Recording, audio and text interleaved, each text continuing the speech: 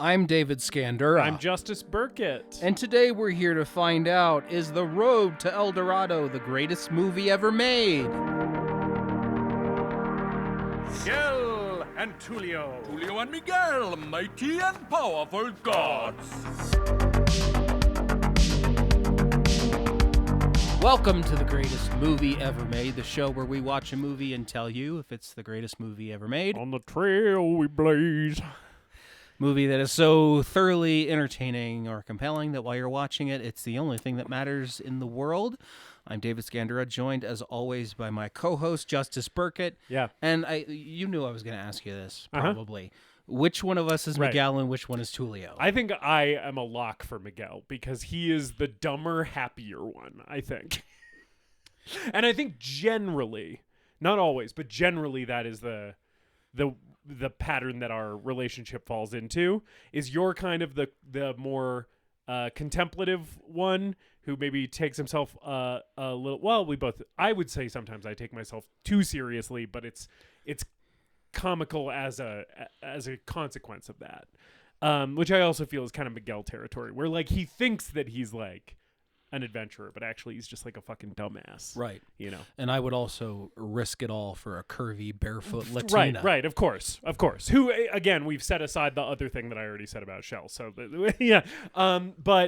Yes, I do think that the confident dumbassery of Miguel was very recognizable to me.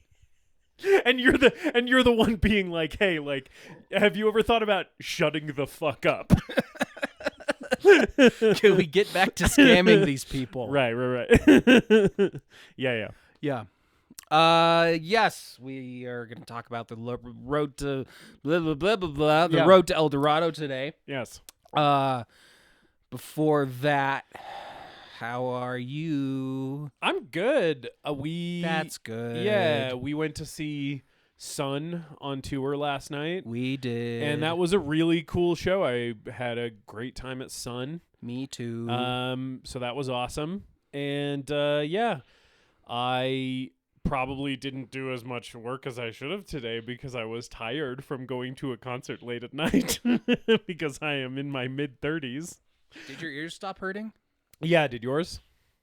For the most part. Okay. They still feel like they haven't quite like equalized. I had that issue. Yeah, but some of that's like damage to your eardrum does actually heal. Like hearing loss doesn't heal, but it's like if your hearing is funky because your eardrum got damaged, your eardrum does like heal and it goes away. So I assume in a couple more days it'll probably be fine, or it won't, and we'll be like this forever. No, it's not a. I feel like I would know if I actually did any damage. I think it's just like, I don't know, the physical aspect of their show where your whole body is literally rumbling. It does feel like your organs are being liquefied by the very loud guitars. I mean, like the cheap earplugs. I don't know. Yeah. They could have just, de-equalized my ears or whatever. Something. I don't know. Yeah.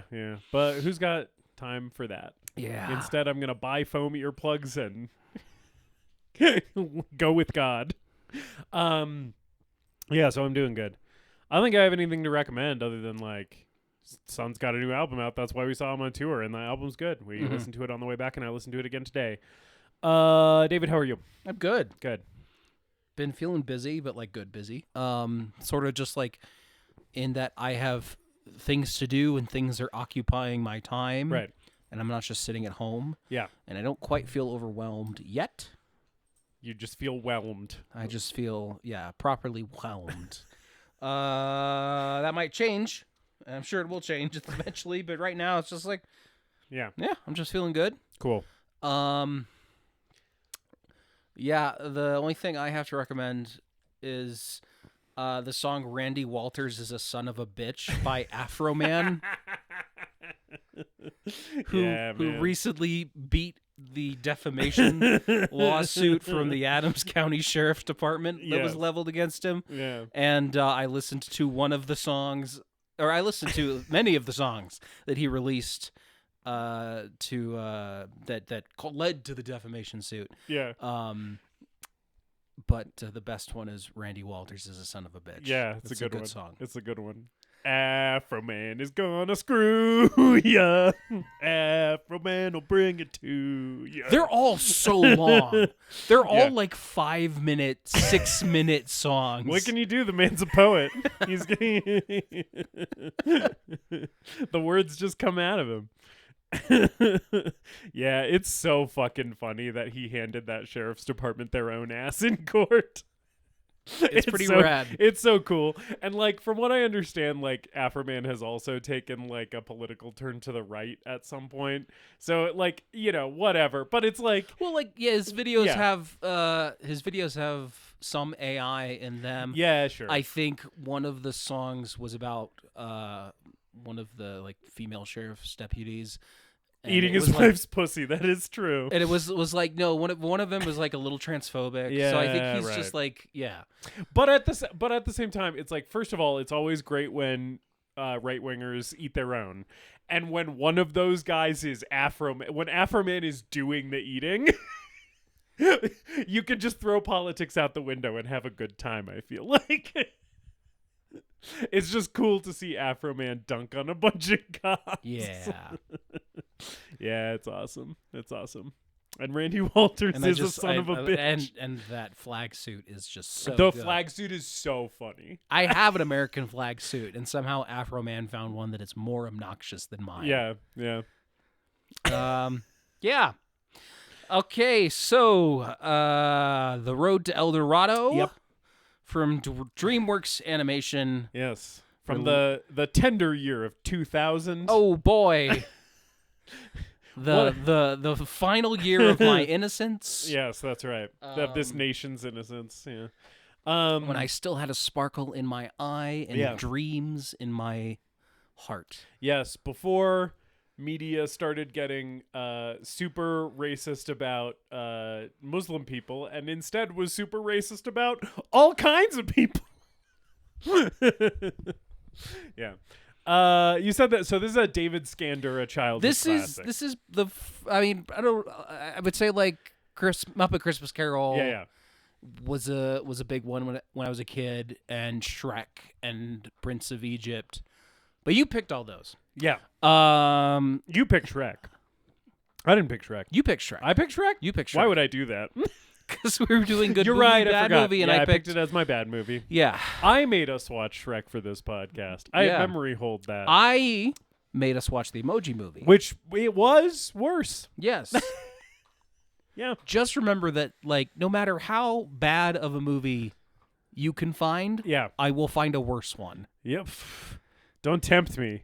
Don't make me make us watch Megan is Missing, which will end the podcast forever because we won't be able to talk about it. Yeah. Yeah. Yeah, so this was this was probably like one of the most important movies of my childhood. Yeah. Around this age, I kind of became obsessed with lost cities. Yeah. And stuff like the Titanic. Right. It's that's classic, young boy stuff. Yeah. Where it's like, Atlantis. What if there's just a whole city at the bottom of the ocean somewhere? Yeah, adventures and stuff like that. And Disney and DreamWorks animation in general was starting to cater a little bit more to boys. Yeah. And put out like science fiction based movies. They and sure were adventure movies. trying. We were trying with Treasure Planet. And Sinbad. Titan AE. Yeah. Titan AE was one of the successes, I feel like. Atlantis the Lost Empire, which shares a lot of similarities with this. But at this time I was really into that those kind of stories, and stuff like Road to El Dorado and Atlantis just hit me at the right age and got me interested. And I was like, I was a kid and I was like, oh, what if we went to go find El Dorado? And I had plans with my friends and shit and played on the playground. And this had a contest where you could win a gold Razor scooter, and I entered it. They really knew their audience. And I didn't win. I won the I think you probably got this prize just for entering, which is they were doing the gold dollar coins. Yeah. So I won one of those, and I thought it was really cool. But I really wanted the gold Razor scooter. Yeah.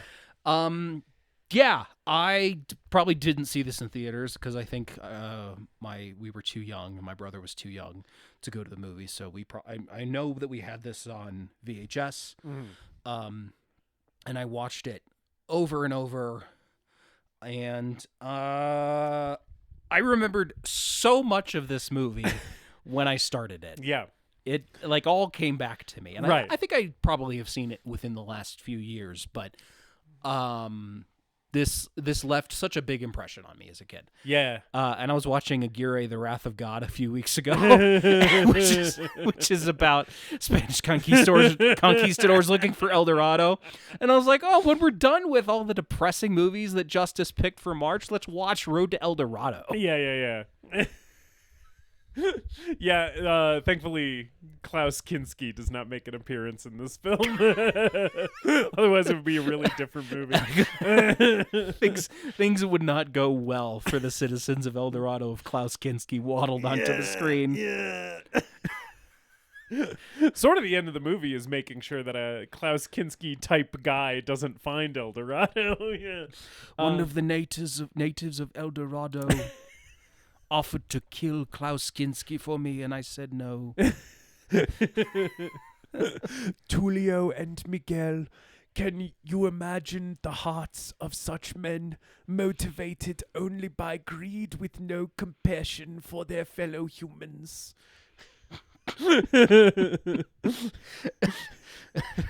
Theirs is the law of nature. Take what is not yours for your own personal gain. They are reflecting the soul of the jungle.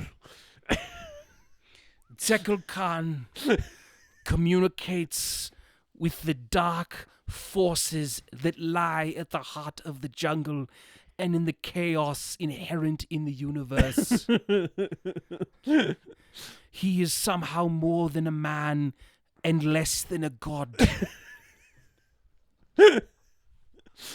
Perhaps his longing for human sacrifice is a manifestation of his inability to sacrifice for his fellow man. Anyway, we could do that all day. Yeah. Would it be good? Probably not. No, probably not. It's probably already It'd be fun. Yeah. Yeah. So that's basically my history with this right. movie. Is I watched it a lot as a kid, and it kind of formed one of my hyper fixations as a child, among other things like aliens and sharks and dinosaurs, and right? All of those classic canon events for boys in the 90s. Yeah, having an Egypt phase, including Googling Afro Man because I got high when you're 12, right? And learning all the words to crazy rap. Yep. Except at the time it was you only knew that it was called Colt 45, and the video was made in like Windows Movie Maker. Two zigzag. Yeah. Yeah. My relationship with this movie is less storied than yours. I feel like this was one that like many movies of my childhood, we rented this from Hollywood Video, and I watched it once or twice. And that was basically the extent of my history with this. Like, I probably saw this around when it came out, and then like maybe when my little brother was old enough to start watching movies like this, we maybe gave it another whirl when I was like a teenager and he was about, 9 or something. But beyond that, I feel like I hadn't spent a lot of time with this one. This wasn't one that we like owned or anything. So I had seen it, but it had been, at least 10 years, probably over 15 years since I've seen this movie. And I didn't really like, there were parts of it I remembered for sure, but the overall structure of this movie, it was definitely not something that I remembered, which is that the titular Road to El Dorado takes about 15 minutes of screen time. I mean, it's the length of an Elton John song Yeah. in montage. Boy. Are there montages to Elton John songs in this movie? I would say approximately 18% of the total runtime of this movie is Elton John singing some of the worst lyrics that Tim Rice has ever written for anything. While people do there's an animated montage. Yeah, but we are at El Dorado by the end of the first act. Yes, and it's like, okay, I thought this was an adventure movie about them getting to El Dorado, but it's not. It's actually like a comedy farce thing where they have to like pretend to be gods for like that's the main arc of the movie is them pretending to be gods in El Dorado. Yeah, they're at El Dorado. This isn't a Tomorrowland situation. No. You get El Dorado right from the jump. Yeah. And then we're just hanging out in El Dorado. This is a big like we're just hanging out for large sections of this animated movie, which is like sort of a baffling choice in that I'm like there is sort of a dearth of action in this thing for like big sections of it in a way that I wouldn't expect from a movie for kids. And I didn't really find it like boring necessarily. It's like a little talkier than I remembered it being, because I remembered liking this movie when I watched it as a kid. Yeah. And it's like, yeah, we're just kind of like chatting about the scam that we're pulling for like big sections of this movie. And there's like not a lot else happening. I remember this movie feeling longer. Yeah. And some of the different, action sequences and set pieces being longer, being bigger. Yeah. And the montage of them exploring the jungle to get to El Dorado. I remember that being longer. I remember the fucking kaiju. Yes. the fucking kaiju fight that this movie turns into being longer. The giant stone jaguar fight that is inexplicably not the climax of the movie. Which is like, if you have the giant stone jaguar thing in your pocket, you play that card and then you end the movie. I forgot. You don't keep the movie going for 15 more minutes. I did forget that. There's no more stone jaguar. But everything is like it's all these little 5-minute sequences. It's like we're kind of in and out with a lot of the stuff. So like I think some of the structure is a little odd in this movie. Yeah, it's weird. I think it moves pretty well. I agree. The pace is like breezy. Yeah. Yeah, it's just like, okay, and we're on to the next thing. And there's some moments where we slow down normally for like a musical montage or a moment. Yeah. That maybe like pump the brakes too much. Yeah. But there's when the movie starts, it's really like a joke a minute. Yeah. Yeah. Well, the movie starts and it's Aladdin but in Spain. Yeah. Is sort of how the movie starts, which is like, look at these lovable scamps who are like, they're running from the authorities. They're mostly being kind to like the people on the street who are sort of in the same situation that they're in, but they're also like scamming like bigger, tougher guys out of their money and their treasure map and shit.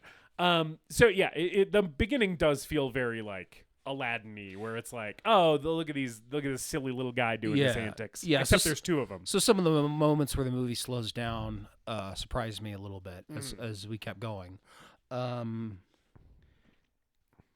Yeah. This movie. So like one of the things that's set up very early in this movie. And unsurprisingly, like more than 50% of the Letterboxd reviews of this movie are about this. Is like this is also you can read a lot of gayness in this movie. This is everyone in this movie's bi.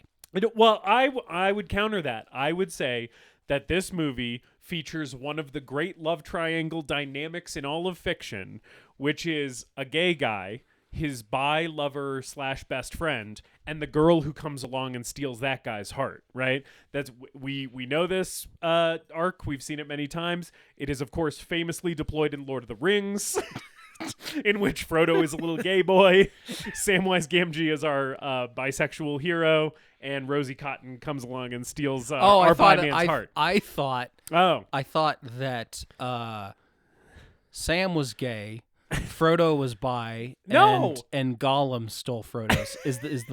Is the lady the lady who stole Frodo's heart? heart? Sam is bi. He settles down with Rosie Cotton. She's not a beard. He has kids with her. He's in love with her. I mean, he got a thing for Mr. Frodo. He's playing both sides of the field. You know. Share the load. Right. Frodo is gay because once he can't have Sam, like once Sam is off the table, he's married, he's, got his life. Frodo's like, all right, peace out. I'm going to heaven. Because the only thing I can do is leave because the love of my life is now married to a woman. Yeah, so I think that's what's going on in this movie. I think that Miguel is gay. I think Tulio is bisexual, right? And then Shell, who knows what? Shell's just down for a good time, honestly. She's just like, whatever, man. Yeah. I also think that Zekel Khan and the Chief seem like they got something going on. There's something. That's why I was like, everyone in this movie's bi because they feel bi to me. There is a lot of like weird chemistry between these cartoons. This is a very horny movie. This is an exceptionally horny movie. Really horny cartoon movie. Yeah. So this was I think this was part of why I liked this as a kid. Because you were a horny little kid?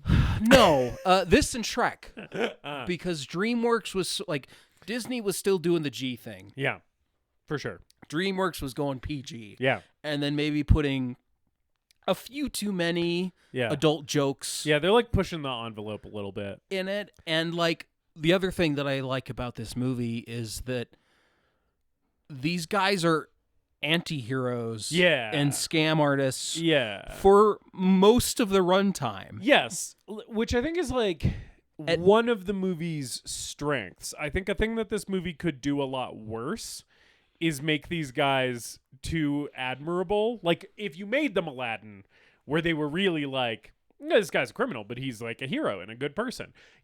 That is a worse version of this movie. It's good that they're both kind of like dirtbags and like shitty, and that the movie communicates that clearly enough that even the kid audience is gonna get that, like, these aren't good guys. Yeah. As a kid, it's like you like these guys, right? But that they're doing the wrong thing, and they're doing the wrong thing. Yeah. And it is a little frustrating towards the end of the movie when then we just go into like we steer the ship into more just like straightforward, well-trod white savior territory a little bit towards the end.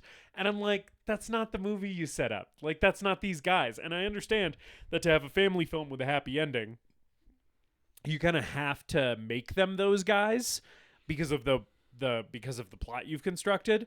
But it's like, I don't know. I kind of wish someone was still fucking somebody else over at the end of this movie. Like, I kind of wish, like, Shell ran off with all the gold and left just the two of them back. That would be a good ending. Yeah. That'd be a great ending, actually. Like, if Shell, like, had played both of them and took off with all the gold and was like, see ya, suckers, and then they were left with nothing and were like, back to the old scam. Like, it's like, I feel like that's the movie you set up. Yeah. And instead we get this kind of rosy ending, and I'm like, that's not this. That's not what this is, And I think the efforts to introduce conflict in the second and third act with, like, the divide between Tulio and Miguel, which I remember being more about Shell, but no, as you said, Miguel is gay. Yes. And it's really Shell. just it's really just Miguel likes El Dorado and wants to stay, and he's pissed off that his lover is not going to be staying in El Dorado with him, and that instead he's running off with some girl. And then it starts hitting the familiar beats of like the protagonist in the kids movie is revealed to have lied to people, right? But at least we like know it the whole time. Yeah, it's sort of like, I don't think a lot of movies, well, I guess Rango does that, but like some others try to play it off more as a twist, and at least this one like gets out ahead of it a bit. But when it is just them scamming people and doing bits with each other and like getting out of one scrape into another, I think this movie is when it like that's when this movie really hits its stride. I completely agree. I think the first like 15 minutes of this movie, I was like, oh, this is actually like pretty good. Like I'm into this, you know, basically before they find El Dorado, which I'm like, so much more of the movie should have just been them trying to find El Dorado, because once we find El Dorado, the movie kind of like grinds to a halt a little bit for a little while. And I'm like, if you had more of these guys on the road, just like bullshitting and getting into scrapes and, you know, getting out by the skin of their teeth, this would be a way better movie. And I think the rapport that Kenneth Branagh and Kevin Kline have, because they're the voices of these two characters. Yeah. They, I guess, recorded their lines in the studio together and were playing off of each other. And obviously both of those guys are not voice actors primarily. They're, you know, stage and screen actors. And so I'm assuming that the in-person chemistry really helped, and I think you can pick some of that up in the voice performances. I think it's pretty palpable. Yeah, I think that element of this movie is straight up good. I think the chemistry between Kevin Kline and Ken Branagh is kind of unimpeachable in this movie. It is weird that Ken Branagh is British. Kenneth Branagh is British, and yet Miguel's British accent sounds fake so much in this movie, and I'm like, how does he manage that? How does Ken Branagh manage as a native Englishman to sound like he's doing a pretend English accent? I mean, they're both good. I think Kevin Kline is clearly better than Kenneth Branagh as a voice actor. I've also always liked Kevin Kline more in general. I think Kenneth Branagh is having difficulty navigating the rebellious, roguish side of Miguel with the more like heartfelt, genuine side. Right. Whereas like Kevin Kline can just gets to be an asshole the whole time. Right. He just gets to be a slimy piece of shit. Yeah. I had a false memory that Jeff Goldblum voiced this character, and I think I was just conflating it with his role in Prince of Egypt. But and I was like, oh, when the movie started, I was like, this is clearly not Jeff Goldblum. I clearly just had my wires crossed. But as the movie went on, I was like, this is a Jeff Goldblum character type, though. Like, Kevin Kline is not doing Jeff Goldblum at all. Just the way the character is sketched out in the narrative. I'm like, this is the type of guy Jeff Goldblum would play in a movie. Because he's like a sexy, like, loser scumbag. You know? Like, this is like 80s career Goldblum, kind of. Yeah. Tobin Bell voices the fat guy that they steal the map from. Oh, really? That's Jigsaw They himself? steal the map from Jigsaw. I didn't know, and then I checked the cast list, and it was like, Tobin Bell's in this movie? Yeah. I don't recognize the character name. And then he's like, what about we bet on this? And I was like, oh, there he is. You follow that map all the way to where El Dorado is supposed to be, and your ass just gets stuck in a saw trap. Because of your greed, you found yourself here. It looks like the trail you blazed has led you to a date with death. You know what's kind of like a saw trap is when they get on they get in the barrels to escape from the cops who are chasing them for pulling the scam with the weighted dice.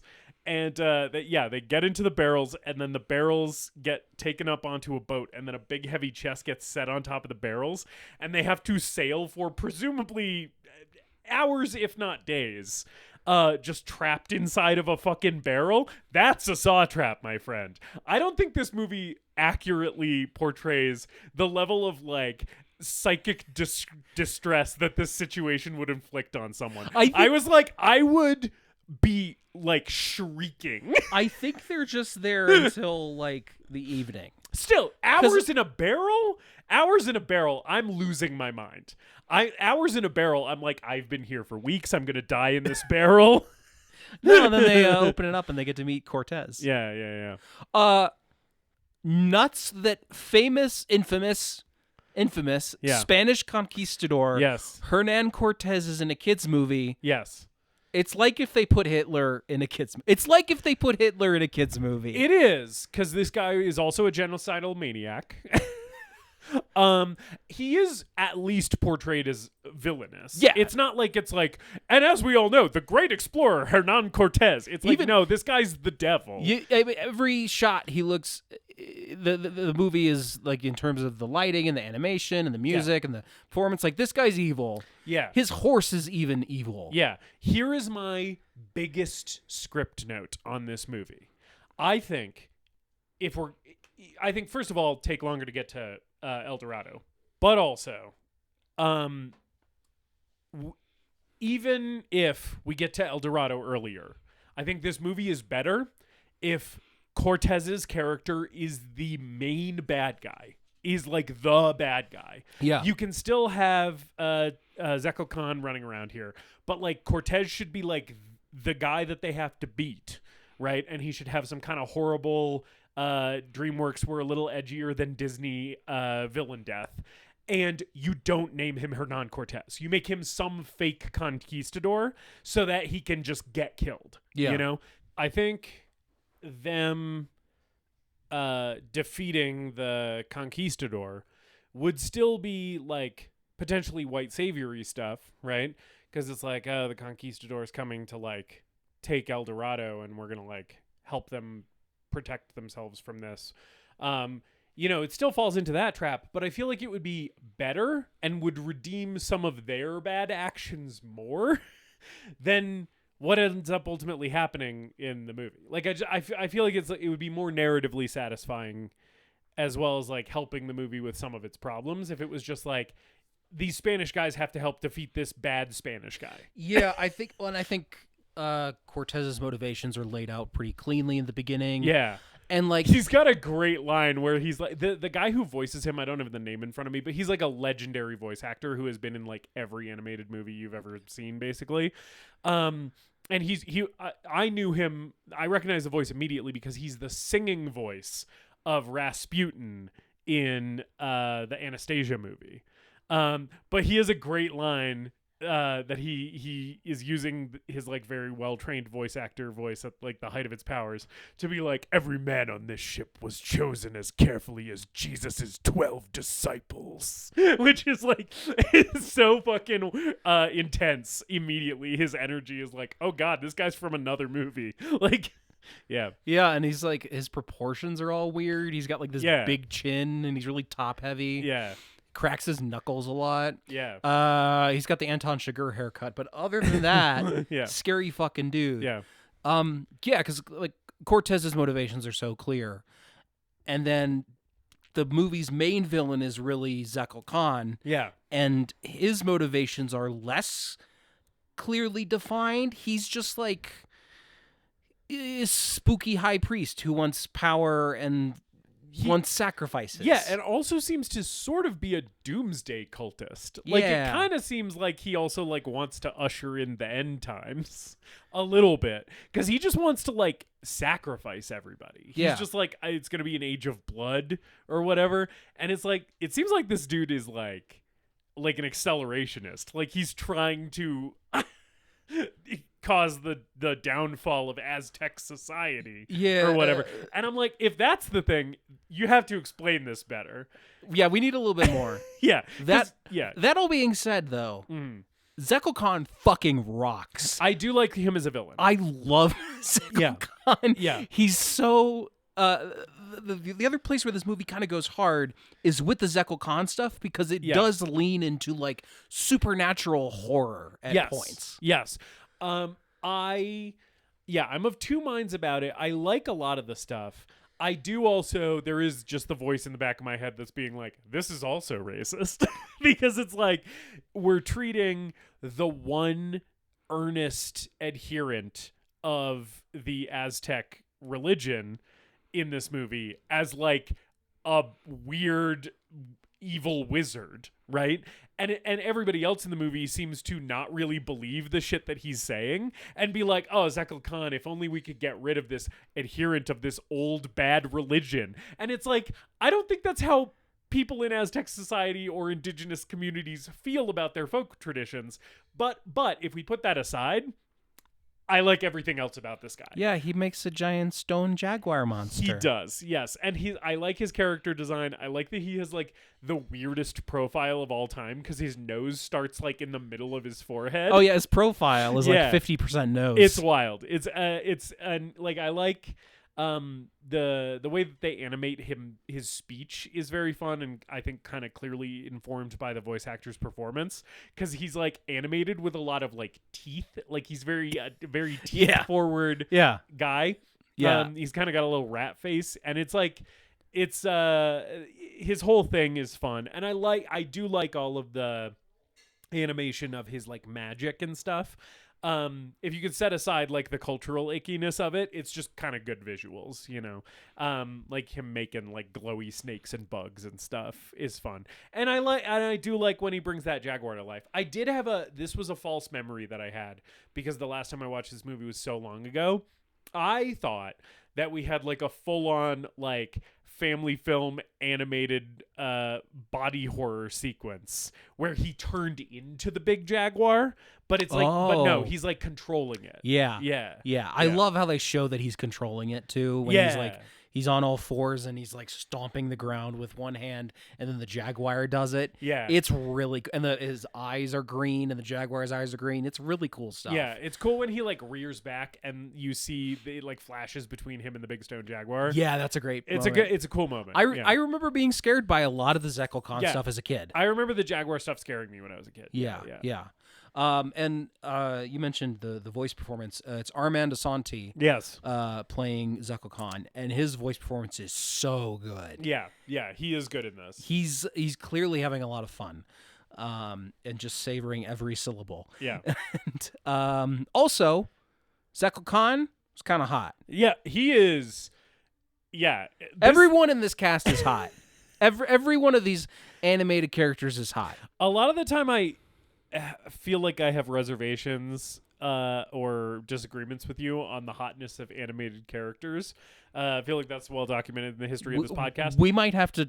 You might still have some reservations. Yeah, right. As we go on, potentially. I mean, if you start talking about the horse, you're gonna lose me. So, I don't like this, folks. I do not endorse where this is going. El Tivo's kind of hot. Oh no! And Cortez's evil horse is kind of hot too. Do you see? Would you like to explain yourself? It's just you don't have to. I'm giving you an out. I feel like it's sort of. Do I need to explain it? I don't understand it. I don't. I guess like if I don't get it. Do you think a regular horse is hot? Like if you see just a horse? No. So it's something about a cartoon horse. They animated a fuckable horse. Between this and Prince of Egypt. I don't know about that.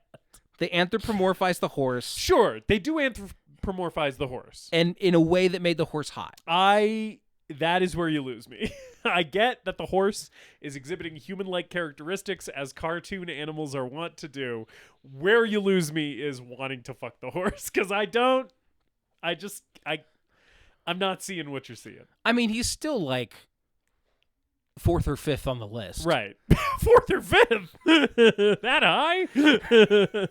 Well, of the principal characters of the film. Sure, yeah. I'm definitely not fucking the armadillo. No, you can't fuck that armadillo. That armadillo is... I would tear it asunder. Also, he goes through enough in that in the ball sequence when they're playing ball with that poor little guy. Yeah. When he opens up and he's got a little black eye, I was like, you got to stop throwing him around. Little buddy was not built for this. Although I guess he does want them to win because he just seems to. It was his idea. Yeah, right. Yeah. It is funny that they just like threw in another silly animal sidekick in sort of like a way where like he's introduced gradually enough that by the ball sequence you're like, oh yeah, I guess the armadillo's been around, but he hasn't been doing much. I mean, a lot of I feel like a lot of animated movies have done that. Yeah, sure. Where they like try to double up on the animal sidekicks, and one of them is kind of the main one. That one. You remember, yeah. And then there's the other one. Right, and then there's like, oh yeah, I guess this guy is also here. Like I remember in Moana, there's like the rooster, and then there's also like a little pig. I don't remember which one takes I don't know. stage. I haven't seen it. But neither of them are as hot as these horses that DreamWorks animated. I am willing to accept this. I still don't understand it. It's fine. It's fine. We don't have to see eye to eye. Our differences are what make our friendship beautiful. Let's just run through a little list here. Sure. The jaguar stone monster. Yeah. Is that hot? No. I think so. I think it is cool. It's cool. I don't think it's hot. I think it's hot. Okay. Zeko Khan. Sure. Yes. He's very built. Yeah. He's got a weird face, but he's very, very built. The face works though. Yeah. The face works for him. It works for him. Yeah. I think he looks great. Yeah, that body's fucking nuts though. Yeah. Zeko Khan is like, he's counting his fucking grams of protein. He's doing like CrossFit. Yeah. Shit. Yeah. The chief? I mean, there is something inherently erotic about just a guy who is big and fat, but like really confident and owning it. Yeah, he's got like a Maddie Matheson thing going on. Yeah. Where it's like he knows he is rotund, and he's just like, rotund is the body type that works for me, and I'm just gonna walk around confident in every inch of myself. And you're just like, there is something magnetic about that. So I wouldn't necessarily say that he's, I mean, I would say that I would understand how someone would find him. I think he's not really my type. I think the chief fucks. For sure. I think he's laying pipe. For sure. When he shows up at the fucking boat to show it off to Miguel, and he's got that big Aztec stogie. I forgot about the cigar. I'm like, where did that come from? He's just holding this. It's not even lit. It's just like they just animated him with the cigar in between his fingers. They animated him with a cigar because it's Edward James Olmos doing the fucking voice performance. Edward James Olmos showing up in the studio and not even attempting to do a character for the chief. And it's like, what I'm really glad he didn't do is any kind of like offensive voice, but also he didn't even do like a character. Like, he's not doing anything. He's just like, yeah, I'm the chief of the Aztecs. Hello, welcome. I guess you're gods. Like, he's just like, it's just like. Is that what Edward James almost sounds like? To me in this movie, he just sounds so regular. I mean, he is just a dude. He does just sound like a dude. He's just like, hey, I'm the chief. Yeah, nice to see you. Here's the boat we built you. Look at this boat. I got a cigar. Yeah, the boat the boat they built out of a giant, a big log, single tree log. Yeah. I do like that they make one big log into a boat. It's cool. Yeah, no, the chief fucks. I agree. Yeah, I agree. and then Miguel, Tulio, and Shell. Right, they're all obvious. They're all hot. Yes, I think so. I think I am with you on this, because sometimes with the cartoon characters, I'm like, I don't know, it's still a cartoon. And then it's like, you look at Shell and you're like, yeah, the animators intentionally made an extremely fuckable cartoon. Like, that was clearly like they wrote on a whiteboard when they were like brainstorming her character design, like big thighs, juicy ass. Like, it's just like, it's clear what they were doing. Yeah. Like, to the point where I'm like, this shouldn't be allowed in a children's movie. Like, I mean, it had been done before. Sure, yes. Betty Boop and Jessica Rabbit. Yeah, the stripper mouse from The Great Mouse Detective, which of course was my sexual awakening as a child. The stripper mouse from The Great Mouse Detective? Yes, the stripper mouse from The Great Mouse Detective. Let me be good to you. Let me just do a little Google here real quick. Yeah. There's they made that mouse so hot, and it was so confusing when I was 8 years old. Yeah, you see what I'm saying? I've seen her before. I just don't think I've ever actually seen the movie. Yeah. There's like she does a full-on burlesque number that they like animate large stretches of just this mouse taking off her clothes. I'll have to investigate that later. David's like, Great Mouse Detective added to the watch list. Let's just check my local library to see if I can check out a copy of The Great Mouse Detective. You return it and they're like, sir, you've worn out the part of the disc where the mouse sings Let Me Be Good to You. You can't do that. It's not a VHS anymore. Yeah. No, but they much like, Lola Bunny as well. They Right. were just like, we're just gonna make a hot cartoon. Yeah. And put it in this kid's movie. I think so. I think Sorry, if I now had I'm just to, looking at pictures of the stripper mouse from The Great Mouse Detective. This is obscene. That's I should not have been allowed to see this at an impression. she can fucking get it, man. I mean, She like kinda I'm looking at bad. this now and I'm like, I'm still into it.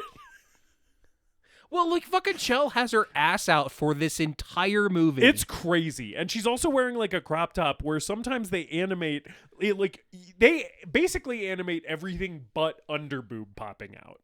It's like it gets so close sometimes that you're like, I think that these people should put a stop to this. I don't think this should be allowed. I think someone needs to get a full-size shirt on this woman. I don't care how hot it is in the Amazon. Yeah, it's wild. It's wild. Yeah. They also just like, I don't know. There's like some of the stuff with her character too. I'm like, this is also just, there's that little alarm going off in the back of my head where I'm like, this character also is not immune to the racism in this movie because the hypersexualization of indigenous women is like a big problem historically. Well, And- the only indigenous characters in this movie that have any sort of like real presence in the story. Yeah. It's like Zekel Khan, the chief. Zekel Khan's like the guard, Right. with the leopard. Yeah, the guy who is almost too dumb to speak is Yeah. basically his character trait. Like, where he's like, literally, when he's like stirring the big cauldron for Zekel Khan, his dialogue basically always starts with him going, duh. It's really cool. It's really cool that he's the only guy that gets killed in the movie, Yes. and he gets kicked into the fucking bowl of jaguar juice. Yeah, because he's too dumb to see his own inevitable death coming. When Zekel Khan is looking at the tablet and being like, I understand what the stew needs. It needs more blood. And the guy's like, duh, okay, boss. I guess I'll stand here right next to the rim of the big pot. Yeah. So it's them and Chell. Yeah. And like no one else in El Dorado really has any characterization. Yeah. And Chell is like one immediately sexualized. Yes. And Like just her character design, but then also like she basically shows up and is like, which of you boys would like to fuck me? Yeah. Is pretty much the attitude. Yeah. her whole thing is, she wants to fuck these white guys. Yeah. And she sees through their scam. She wants in on the scam. And her reason for it doing so is like she wants to get out and see the world too and have an adventure and like, but it's one sentence and there's not much else that's really added. Yeah. I do think Shell deserved better. Yeah. Because it's like there are sparks in this character. There's like glimmers of stuff where I'm like, hey, you kind of have something here. You kind of have something where it's like she sees through all of their bullshit and is immediately clocking them. But then she's like, I don't care. Like I can get something from you guys. Like I'm not going to rat you out. I'm going to figure out how I can play this to work for me. You know? And she's fun and she has a lot of great bits. Yeah. And the voice performance from Rosie Perez is great. Yeah. Like, she's really well animated. I mean, beyond just like making a hot character. Yes. The animation of the characters in this movie is all like really well done and very distinct, and they do a lot of great faces and great expressions with them. Yeah, I also think the environments in this movie look really good. The paintings, the backgrounds in this movie are nuts. They look really good. Some of the there's one of the clue, like the landmarks that are the clues to get to El Dorado. Yeah. There's a shot later in the movie of the wolf cave mountain thing. Oh yeah. Of Zekel Khan leading the Spaniards to El Dorado in front of the mountain. It looks fucking metal as hell. Yeah, with it like looks the really sky's like red and shit. It's awesome. Yeah. I don't have a lot of issues with how this movie looks. Like I think that all of the animation is pretty across the board is pretty great. And it's from sort of some of the last days of like doing a lot of this 2D animated stuff. some of it was being done in computers by 2000, but some of it was still being done by hand, and you can kind of feel the craftsmanship on display here in a way that is, progressively rarer after this point. And so it's always nice to like go back to an animated movie of this era and be like, wow, they really drew the shit out of these backgrounds and they look awesome. I think some of the like obviously added CG elements don't look great. But I do think I think they use like added CG for a lot of the water. Yeah. And that looks really good. It reminds me a lot of the stuff that they did in Prince of Egypt. You know what does not match the visuals in this movie in terms of quality is Elton John's soundtrack. We talked a little bit about the songs right at the top, but I have a strong opinion about the songs in this movie, which is that most of them are doo-doo dog shit. I think that Sir Elton John should have taken another pass at some of this shit. And not, to be clear, some of it is Elton John's fault. A man who is capable of writing incredible songs just seems to have applied the minimum possible effort to the songs that he wrote for this movie. But also, he is working with, again, lyrics from Tim Rice, a guy, the collaborator of Andrew Lloyd Webber. Feel however you want about Andrew Lloyd Webber's musicals, but they are very successful and contain some pretty iconic songs. But also, Tim Rice has written lyrics for a lot of other movie original soundtracks that are better than this one. The lyrics in some of these songs, dude, are so fucking vapid. Did Tim Rice work on Lion King with Elton John? Yes. Yeah. Yes. So they're kind of like it is like they're kind of like riding high after Lion King. Right. And it's like the songs in Lion King are iconic, and it's like, you think back to some of those songs and you don't just remember the choruses, you remember like the whole shebang, right? Because it's like such a they were cooking on that one. And then you get to this shit and it's like some of these montages we're traveling through the forest to lyrics like friendship is how we're gonna get there or whatever. Like I'm just like fuck off. There's one song where I don't even remember the exact lyrics, but it is something to the effect of like, love is what it's about. Love is all that you need. Love. And I was just like, I hate this. I think this is some of the worst shit I've heard in a movie of this type. Mm-hmm. And I was not expecting, because I didn't remember any of these songs from when I was a kid, except for I remember the end of the song that opens the movie, which is like the El Dorado. Yeah. I remember just that part. And then, I did remember the On the Trail We Blaze chorus. And other than that, these had completely exited my memory for good reason, because those are the two memorable musical moments of this movie. And all of the rest of it, it's just like, whoo. I don't know how you felt about the song. So, yeah. I think it kind of bangs. Oh man, I disagree. I think it kind of. So there was a time where I was maybe like more of a contrarian, and I was like, "The Road to El Dorado is better than the Lion King songs," which I'm wrong about. Like, let me be clear, I'm wrong about that. Yeah. But I think my only problem with the opening El Dorado song is that it's too short and we don't use it again in the movie. It's also weirdly descriptive. Like the lyrics are like, there were gods who made a city and then the city was full of gold. Like it's, I don't know. It just feels like it's like, this is like an opening scroll, but set to music. Yeah, it's cool. Yeah. I like it. Sure.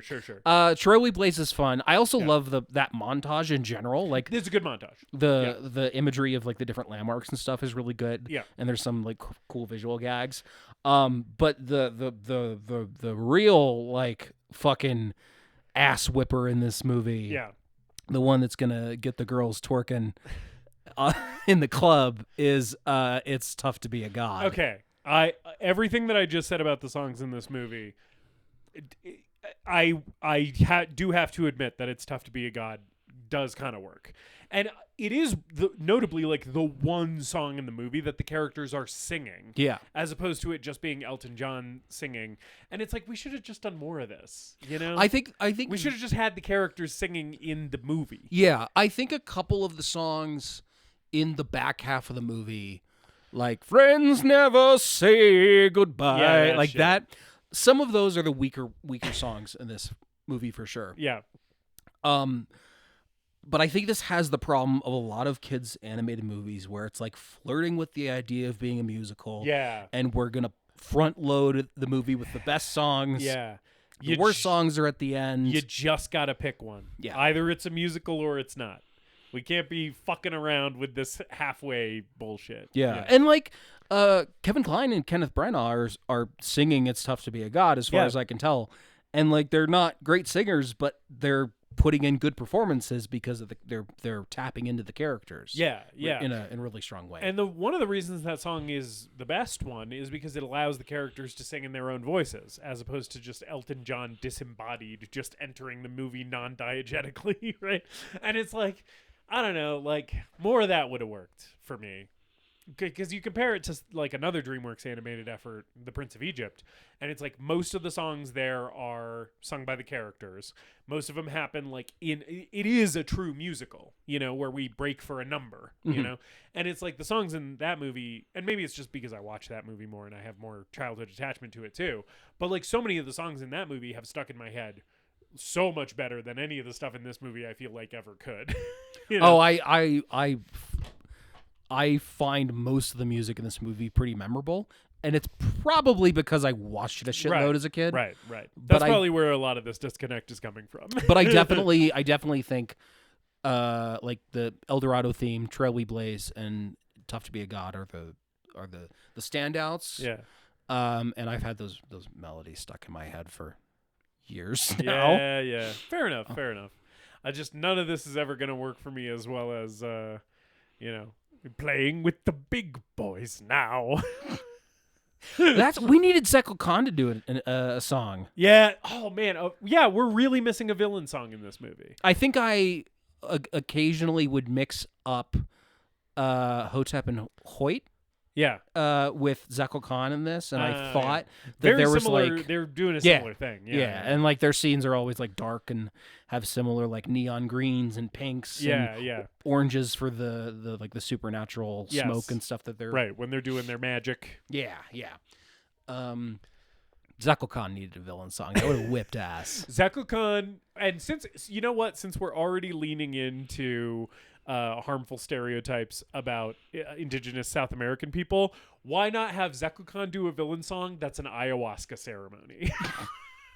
Let's just do it. Let's just have him do an ayahuasca. I don't think we need to do that. You don't think Zekel Khan should be doing ayahuasca? You don't think he should be doing DMT in this movie?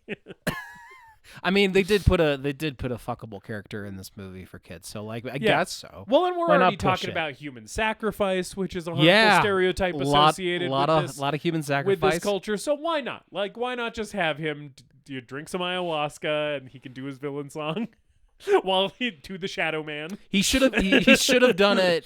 He should have done it while the Jaguar stone monster was rampaging through the city. Yeah, which should have happened for approximately 5 more minutes, and also again been the end of the movie. But yeah, like you're right.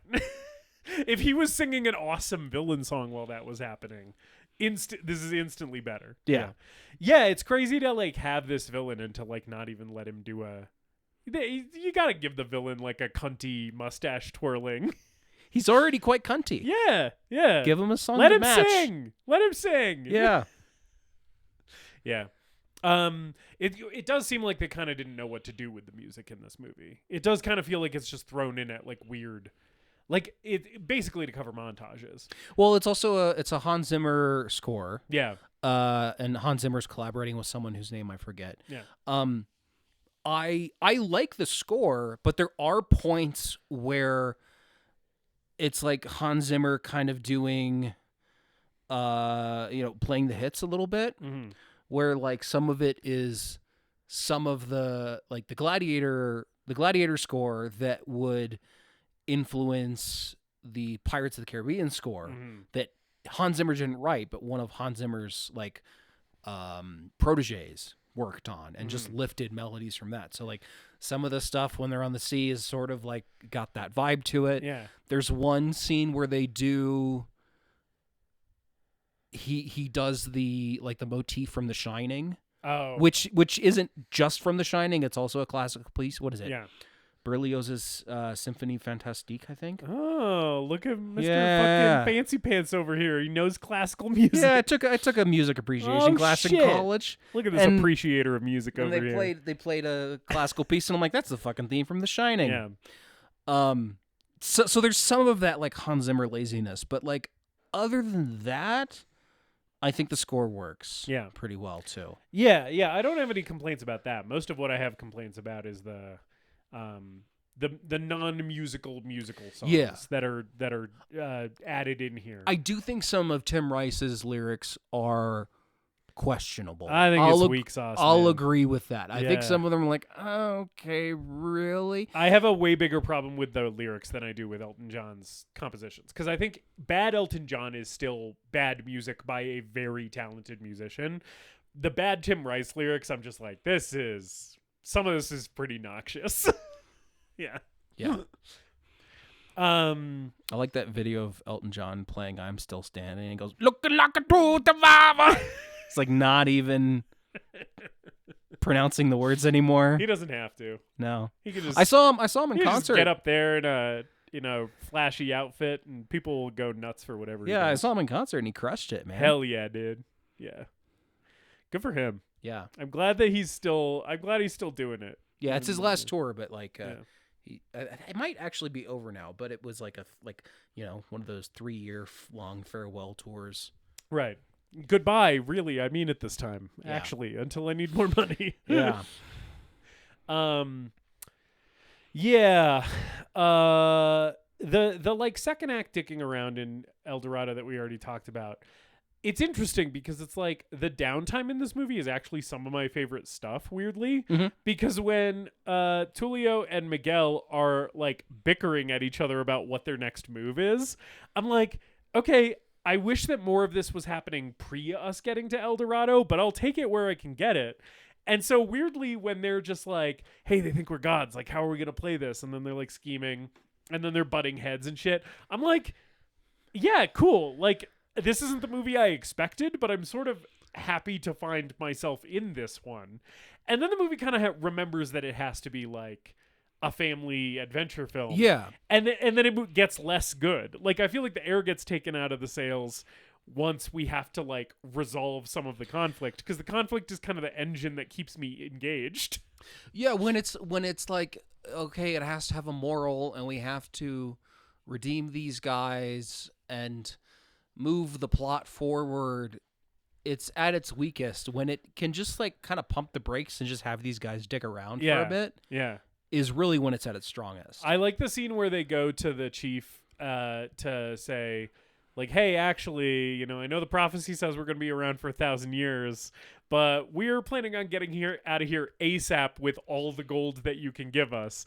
And the chief's like, oh, we weren't prepared for this, but I guess we could have a boat ready for you in a week. And they're like trying to negotiate him down. They're like, oh, it's going to be really tough for us. Lots of God stuff to get to. Like, that scene I think is really funny.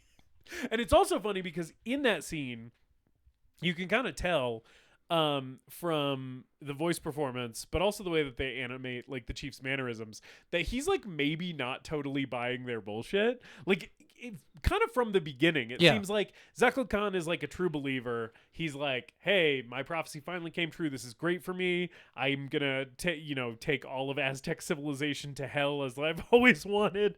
And then the chief is kind of like, I didn't think any of this is real. Like, it does kind of seem like they have Zachary Khan and the chief have sort of a rivalry that I wish was better fleshed out in the movie, but I do like what of it we do get, which is like Zachary Khan's like the religious leader, and then the chief is like the political and economic leader, and it seems like he's way more pragmatic and is like way less concerned with any of this like spiritual mumbo jumbo, and he's just like about like the people, and so I like that when the chief is like talking to them about the boat, he's kind of like, yeah, sure guys, I'll make it happen for you, whatever. And then like when he's talking to Miguel on the boat, he does have the line like, to err is human or whatever, which lets Miguel know, like, he knows that you're you ain't shit. He gives him a look. Yeah. Yes, which is very funny too, because I'm like, then why are you going along with this? Like why are you just why are you allowing these two white guys to come in and rob your city blind if you know that they're full of shit? But I guess he just kind of likes their vibe. They're just nice guys. Yeah, he's just kind of like, they're good hang. Right. He's like, yeah, sure, you guys can party with us. You saw that party during It's Tough to Be a God. That's true. Yeah. So maybe the chief is just like, hey man, these guys brought the party. We'll send them home loaded up with gold. They'll never bother us again. It's fine. It's a win-win. Yeah. They had a good time. We had a good time. We have all this gold lying around anyway. Yeah. Yeah, they do sort of set up that Zekel Khan and the chief have some sort of argument or disagreement. It's like a power struggle. Yeah. And it's like not really clearly defined. They could spend more time on it. And even when Tullio is like, we should play them against each other. Yeah. They kind of just do that for that one scene where they're talking about the boat. Yeah. And that's really it. I kind of wish that in the better version of this movie that I've made up in my brain, where the main villain is the conquistador guy, right? And it's narrated by Werner Herzog. Yes, right. Of course. That's a given. He does the opening credits scroll instead of it being a Tim Rice and Elton John song.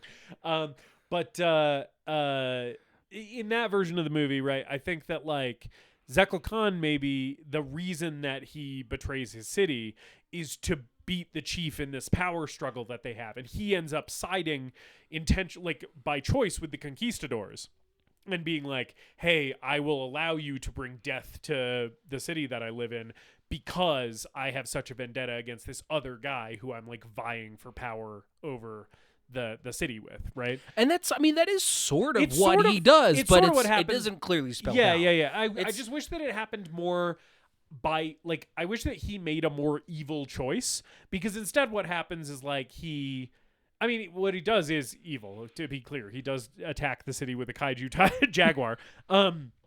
But then after he's beaten, they like throw him out of the city, and then he just meets Cortez by chance. Yeah. And I kind of wish that it was more intentional on his part than that. I wish that he like sought out Cortez and was like, you can help me, we can help each other, right? I can show you the lost city of gold, and in return, you're going to put me in charge over that chief guy that I don't like. Yeah. You know? Also, it's kind of it doesn't feel great at the end of the movie when it's like, I mean, Zekel Khan's a bad guy. Yeah. But when he leads Cortez to the ruined entrance and they like grab him and drag him off. Yeah. It's like, oh no, so now Zekel Khan's just going to be a slave. Right. They're just going to, right. It's pretty dark. And it's like, yeah, I get that he was like a bad dude, but also like when you think about it, his biggest sin was, I guess, being a doomsday cultist, but also just like believing in these guys' bullshit. The biggest sin of Zekel Khan is definitely setting loose a jaguar stone monster kaiju on the let's be real here. True. But it's like ultimately like when they showed up in El Dorado, I like when it is about to eat that guy, and then the guy falls out of his mouth and he goes, "I'm okay," and then it steps on him and he goes, "I'm still okay." Yeah, that is a funny little it's funny. Yeah. I did remember the jaguar eating more people. Yeah, I wish the jaguar was chowing down on these people. We're already fucking in this movie. We might as well have this jaguar eating people. And don't tell me we're not fucking in this movie. Well, and we are absolutely we're definitely fucking. And they even show Tullio and Miguel's butts when they jump in. They like jump into a spring. I did like those little animated butts. I like when the monkeys steal their clothes and then they have to run through the jungle naked to get their clothes back from the monkeys. Yeah. That is a part of this movie that I really enjoyed. That's the DreamWorks experience, my friend. Yes. I did like that. It was just enough. But the fucking in this movie, I was sort of surprised by, because again, like it's a children's movie. You don't see anyone like clapping cheeks or anything, but you basically see everything but that, because you see like an erotic shoulder massage with like so much lovingly animated like back muscles of fucking Shell's back in her little tube top. I'm like, holy shit. Then it cuts to a close-up of Tullio's face, and he is absolutely coming in his pants. Yes. It's wild. It's wild that it's like, we're going to do this fucking sensual back rub scene in this movie for kids. Yeah. And then they start like, then we cut away from that. And when we cut back, she is like straddling him. God, fucking, I'm going to have to watch Great Mouse Detective after this. I'm going to have to do a little Rule 34 on Chell. I got a busy night ahead of me. He's got a lot of research to do. A lot of research for the podcast.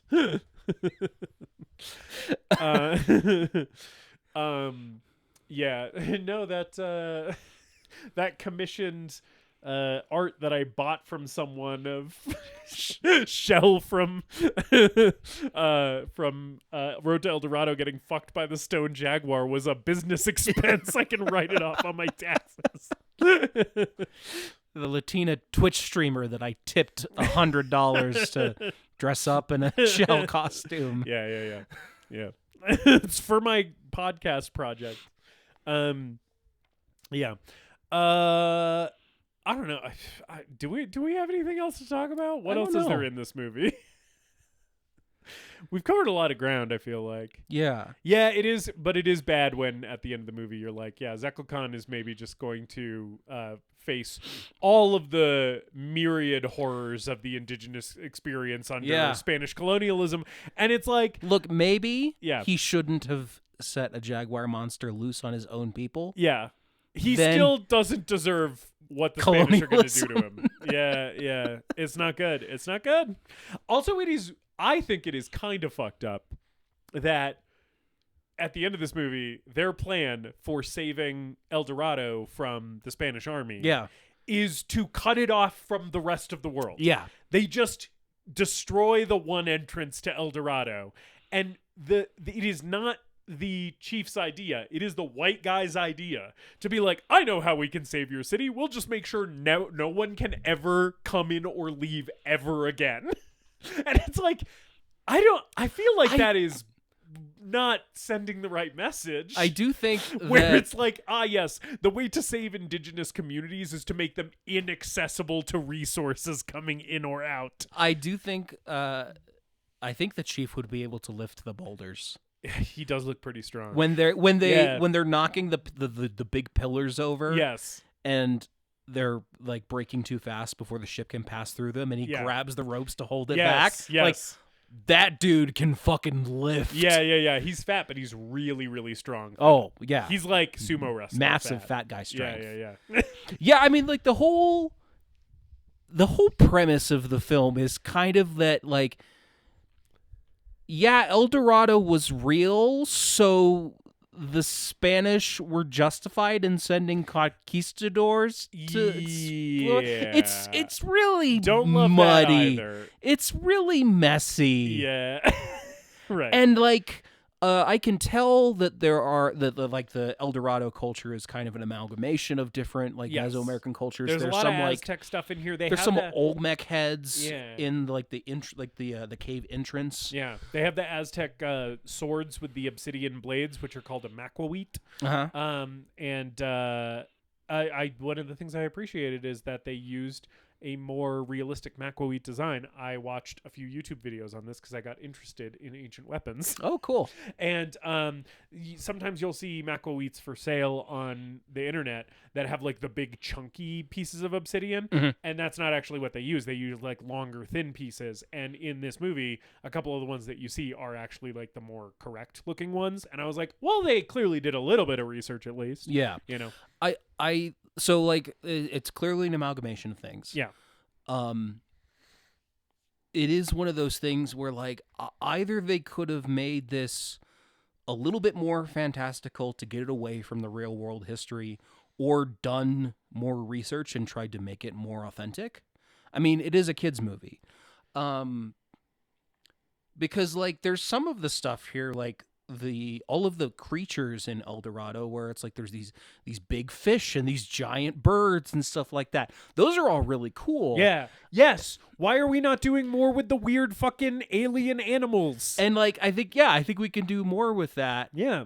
And maybe not have Hernan Cortez in the movie. Yeah. Like, or again, just make him the main bad guy and don't name him that. Yeah. Name him something else and let him be definitively beaten at the end of the day. Tie it less to actual history. Yes. Right. It's like having John Smith in Pocahontas, where it's like, now you're forcing me to confront the historical John Smith, and that feels gross. Yeah.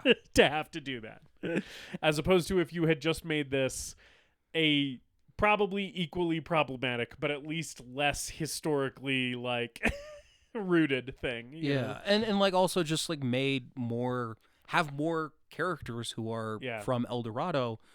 You know, there's like the scenes where Miguel is like exploring the city and he runs into all the creatures. Like playing the guitar for the kids and stuff. Yeah, like that stuff's fun. Yeah. I think we could probably have done more with that. Yeah. And shown him more, like have more of an understanding of what this culture is like and gone a little bit deeper with it. But this thing just has to be a 90-minute kids movie and move really quickly. Yeah. And we don't have time to like develop those things. Yeah. I feel like, again, if we just didn't find El Dorado so fast and we were just out in the jungle, maybe we could have had some fun with those fucking dinosaur birds or the big I love the big turtle. Big turtle's cool. Why are we only using the big turtle in like one shot? You know, it's basically like, oh yeah, they ride the big turtle for it's a big turtle fairy. Yeah. That's his big job. Turtle fairy. Yeah. But it's like I would love to see more with the big turtle. Let's figure out what's going on with that. Like there could be a big turtle set piece. They could run into the big turtle, on the road to El Dorado. Big turtle can fight the jaguar monster. Yeah. There you go. That's what should have happened. Yeah. Should have been big turtle versus stone jaguar. Big turtle could save the day. And then we think the big turtle's dead, but then like a little El Dorado girl sheds one single tear and it falls on the big turtle and he comes back to life or some shit. Yeah. Now I think I'm doing the end of Mew versus Mewtwo. No, it's where the Pokemon start crying. I think we just invented Gamera. Right. The turtle's just Gamera now. Yeah. One of the set pieces of this movie that I really like, that we haven't talked about yet, and I guess maybe we can move on to the wrapping this up. Yeah. The ball game. Oh, right. Whips ass. It's fun. That's so much fun. It's a fun sequence in the movie, and I think the movie drops it in at a good time where it's been a while since you've had any action, and then it's like, okay, let's like liven things up a little bit around here. We've had a lot of chit chat. Like, let's have some gags and stuff. Yeah, and I like the tonal shift between like them losing, them starting to win by cheating, and then having to like recognize the position of power that they're in over these people. Yeah. When Jekyll Khan announces that they are going to sacrifice the losing team. Yeah. Yeah. It's like one of the moments of the movie that was a little bit darker that worked for me a lot as a kid was that realization at the end of the scene. Yeah. It's fun. It's a fun contrast after having such like a fun, well animated, funny sequence. Yeah. I like when the armadillo goes through the hoop multiple times to get the multiple points. That's very funny. I like when he goes into the hoop and then jumps out. Yeah, yeah. So the other team doesn't win. Hoop. Yeah. This made me want to. When I was a kid, this made me want to make a video game that was the Mesoamerican ball game. Yeah. Because it is a real thing. I think some of the accuracy is like it's not as accurate in the movie. I think there's like no one really knows the rules, right? So there's like theories about how it's played. On account of the genocide that happened that wiped out all of the history, right? Yeah. Right. But I was like, we should make an M-rated Mesoamerican ball game video game, and then if your team loses, you get sacrificed and you have to start all over. Oh no. Yeah, like Madden or whatever. It's just a permanent. Yeah, it's like Madden. Yeah. But your team just gets killed. Yeah, but it's really violent. Yeah. Yeah. Yeah, I like that sequence too. I think it's a lot of fun. I also like that the final play of that, like Tulio ends up like accidentally elbowing Miguel in the head or whatever, and he bleeds a little bit, and that's how Jekyll Khan finally realizes they're not gods, is because gods don't bleed. Yeah. So he's just like, you motherfuckers. Yeah. And I also like that the final play they have to actually get the real ball in because Chell threw it back to them by accident. Yeah, because the armadillo had enough. He's getting benched. Yeah. We don't really see the armadillo that much after that scene.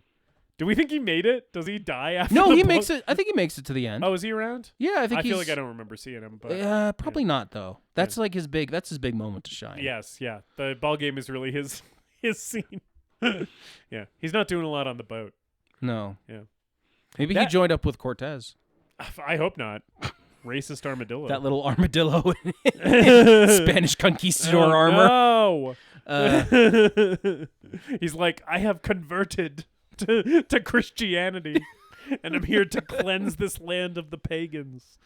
Yeah, I don't know. That's Road to El Dorado? Yeah. It's fine. We're allowed to do a short one every now and again. Especially after March Sadness. This is breezy. Oh yeah, easy breezy. This is a nice nice little pick me up. All we had to deal with was childhood nostalgia and genocide. Yep, and racism and but at least we didn't have to talk about anyone wanting to kill themselves. Yeah. David, I'll ask you. Since this was your pick and it's a David childhood classic. Is Road to El Dorado the greatest movie ever made? Road to El Dorado is most definitely a David childhood classic, but it is not the greatest movie ever made. I have a lot of fun with this movie, warts and all. Yeah. I think it's a pretty fucking good time. Mm-hmm. I think the performances are fun. The humor is great. It's beautifully animated, barring some of the CG that they throw in that doesn't always look so good. But the traditional animation here is really good. It works on a level for me beyond just the nostalgia of it. And I enjoy some of the more adult humor. That all being said, the problematic stuff with this movie is just kind of weird to deal with. Yeah. And it's like, if you wanted to make a movie about going to El Dorado, maybe there was a way that you could have treated some of that stuff with a little bit more, care. Yeah. Yep. But that all being said, I still really had a great time with it. I think the music is in great in a few spots. Some of it's not as good as the Elton John and Tim Rice's other stuff. I still think it mostly works for me for the scenes. But there's a lot of fun sequences here, and it's a really breezy 90 minutes. This thing is very, very watchable. Mm-hmm. I mean that in the most positive way that I can mean watchable, which is you just throw this thing on and have a good time. Yeah. Not the greatest movie ever made, but I had a really good time with it. I'm glad that we watched it, especially after all of the sad movies that we watched last month. Yeah. Just little palate cleanser. Justice is the Road to El Dorado, the greatest movie ever made. David, I think I liked this movie a little less than you did, but I don't have the childhood attachment to it, so that makes sense. It's going to be a no from me as well. But I do want to echo some of the stuff that you said about, we already mentioned it, but just to reiterate, I think this movie looks really good. I think the two performances anchoring it, Ken Branagh and Kevin Kline, are putting in great work here, and I think that you cannot impeach their chemistry. I think that it is one of the obvious strengths of this movie that works throughout the entire runtime. There's obvious just structural stuff that I think is off about this movie. And I think it's just kind of imbalanced in a lot of ways. But the jokes are mostly funny. There's not a lot of punchlines that land with a thud in this movie in the same way that there are in a lot of other kids movies from the era that I've seen. So I will give it, I'll give it high marks in that regard. I think that watching this movie as a grown up, the jokes are still mostly funny. But yeah, it is just like it's uncomfortable to watch at points where you're just like, man, in 2000 we were just letting our kids watch really racist movies. And there's just no getting around that. Watching this movie, I sort of had a similar, not quite the same, but a similar experience as watching Bloodsport, where I was like, I like a lot about this movie. I also am so conscious at every moment of how racist this is. Bloodsport's more racist. Way worse than this. Yeah. But also Bloodsport is more fun for me to watch. Yeah. Like it's like so that like Bloodsport is worse but also better for me. And this movie is like not as egregiously racist, but also not quite as much fun as Bloodsport. But yeah, so like that's all going on in here too, where I'm like, even just getting some voices in the room who represented the community would have gone a long way, and we just weren't doing that as much in 2000, and we're still not doing it enough. And it's a big problem with the movie. Also, I just fully disagree with you about the music. I think it stinks. I think it stinks. So like it's a no for those reasons, but you could do worse. And I had a fun time going back to it, and I'm glad that I saw it again as a grown-up, partially because I am now more aware of how like weird this movie is in ways that I kind of like, where it's like, yeah, we are just kind of sitting around and busting balls, and it's kind of just a buddy comedy for a lot of it, and there's not a lot of animated movies that are like that. And so if for no other reason, I think revisiting it to kind of get some of that is worth it. It's at its best when it just lets its two characters be like lovable rogues. Yeah, it kind of makes you wish that we didn't have to do the big stone jaguar and the big boat thing at the end. I like the big stone jaguar. We should just have more movies with these guys. Yeah. Discovering different lost cities around the world and going on various adventures. Like an Indiana Jones type, like serialized thing where it's like Miguel and Tulio are, going all over the place and getting into scrapes. I agree, would have been fun. And I think that Chell can come along and bring her thighs. Boy, can she. Yeah. And those big dick sucking lips. It's crazy that they animated her mouth like that. That was one of the things where I was just like, oh my God. Like, whoever was responsible for the mouth animation on Shell. I'm going to see what that mouth can do later and that guy's search history some Rule 34. Is wild. Anyway. Yeah, so it's not the greatest movie ever made. The stars are not in position for the Road to El Dorado to be the greatest movie ever made. Yeah. Stars. Can't do it. Not today. Not today. Do we know what we're watching next week? No. Did you want me to pick? Yeah, because I have an idea. You pick. I have an idea. If you have an idea. We're gonna watch Blind Fury starring Rutger Hauer. Okay, cool. A martial arts film that I'm sure is not problematic in any way. Unlike this movie, I'm sure Blind Fury, there's no weird racial stuff. There's probably no weird stuff with that character being blind. I'm sure that's handled very sensitively. We'll find out next week. Yeah. In the meantime, follow us on Instagram at TGMEM_podcast. That's right. Send us an email at thegreatestmoviepodcast@gmail.com. Sorry, I'm pretty tired. And we love you guys so much. Leave us a review. Tell your friends about the show. Tell your dogs about the show. And until next time, with Rutger Hauer and Blind Fury, later dipshits. We hope you enjoyed this episode of The Greatest Movie Ever Made. Please remember to leave us a rating and a review, and to subscribe to the show wherever you listen.